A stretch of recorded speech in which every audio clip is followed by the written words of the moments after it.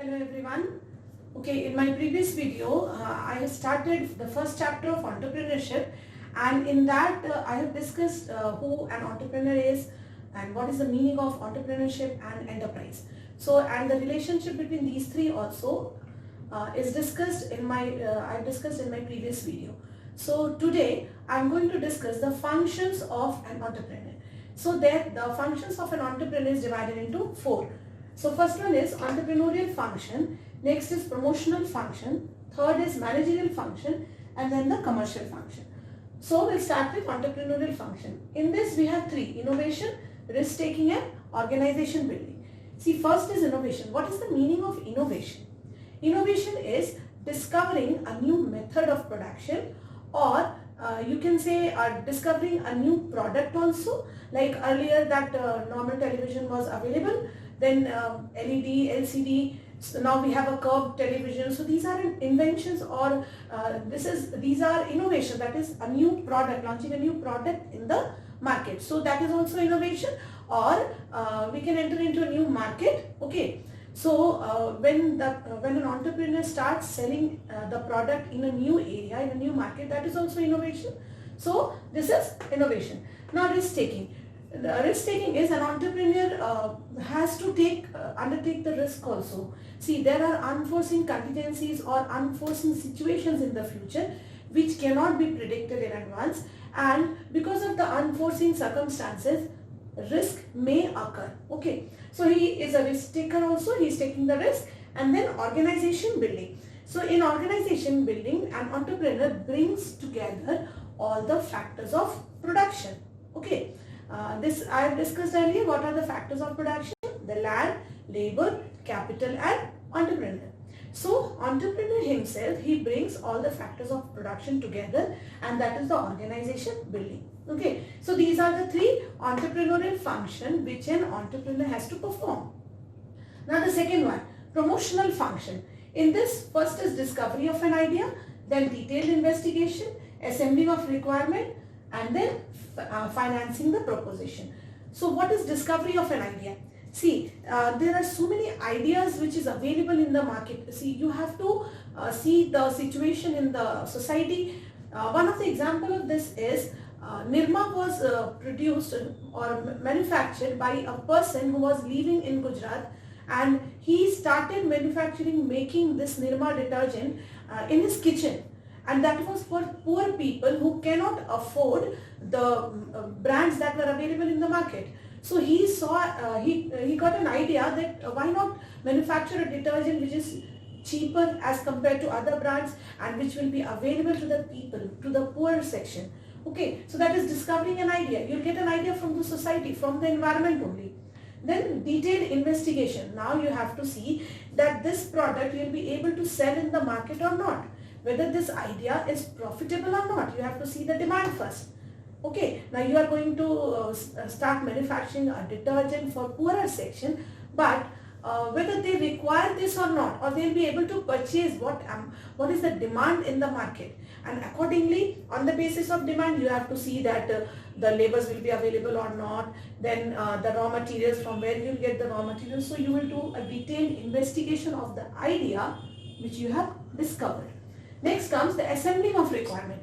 Now for manufacturing that particular product, you have to assemble what? You have to see the plant site, then the raw material resources, then the people who will be doing that, and then other things. You have to assemble, you have to bring together all the things which is required for producing that particular product or commodity. Then the last one is financing the proposition. That means that particular idea, if it is profitable, you have done the detailed investigation, you have seen the market demand and all.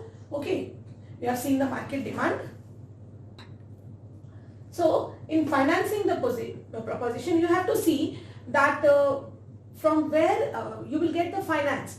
Before knowing the sources of the finance, you have to determine your capital structure. That means how much money you need and how much money you are, how much fund you are going to arrange through shares, how much through debentures. That means long-term, short-term sources from sources of finance you have to see, and then you have to see that long-term, short-term sources of finance, and then you have to see that how you are going to get the funds. Okay, so financing, the proposition is just arranging for the funds, the money which is required. So these are the promotional functions. Then coming to third one, that is managerial function. We have 10 managerial functions. So we'll start with planning. So the first in managerial function is planning. Planning is deciding in advance your future course of action, or you're fixing the targets. This is, you are fixing the targets here. So once your targets are fixed, then you will plan, you will think about how to achieve your targets. So this is deciding your future course of action. Then organizing, what we do in organizing is we make departments, we arrange all the resources so that the actual production will start after that. Then we have staffing. Staffing is getting the right person at the right job. That means you have planned your activities, what you are going to do, then you have arranged the resources and all, then you want people to work for you, because you cannot achieve everything alone, so you need people in the organization to work. So now you'll get the right person, the right employee for doing the job, and then you'll start directing them. Directing means giving them orders, instructions, and the actual work begins from here only. After directing comes leadership. Leadership is influencing the behavior of the people. Now in the organization, so many people are working. Now you have to influence them so that they work accordingly and your goals are achieved. So every time you have to influence them, you have to give something. See, maybe you are giving some monetary benefits so that they are working, or you are giving something, you are praising them so that is why they are working, or you are very strict, so that is why they are working. So that leadership is to be there, which is influencing the behavior of employees. Then comes communication. See, communication is a very important part in managerial function. A manager spends his maximum time in communicating with others. Communication is what? Exchange of ideas, information and knowledge.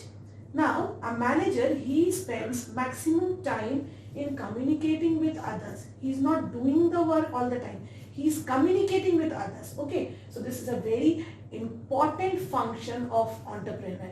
See, the achievement of organizational goals depends a lot on effective communication in the organization. So that is communication. Next comes motivation.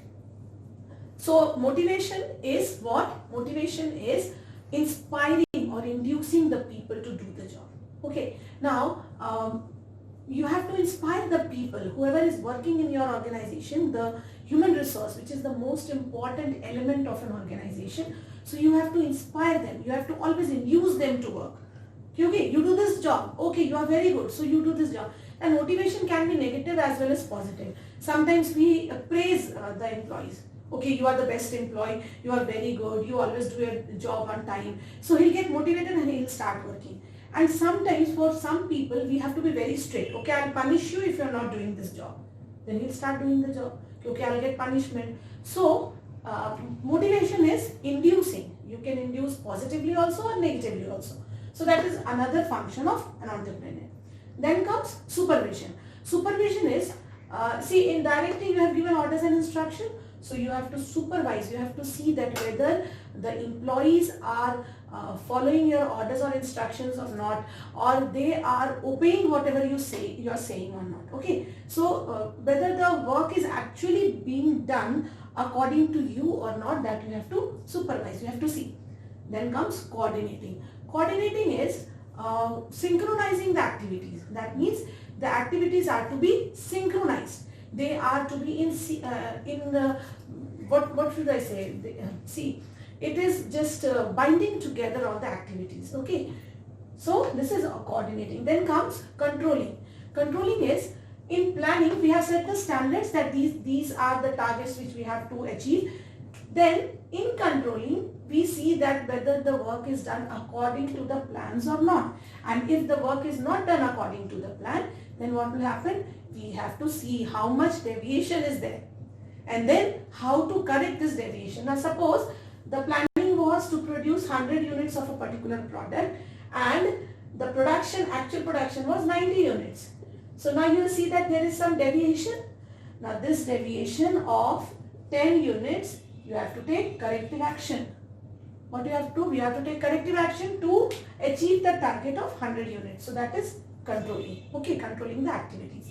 Then the final is commercial function, the fourth one. In this we have 5 functions. First is production, then finance, marketing, personnel and accounting. Okay, so we'll start with production function.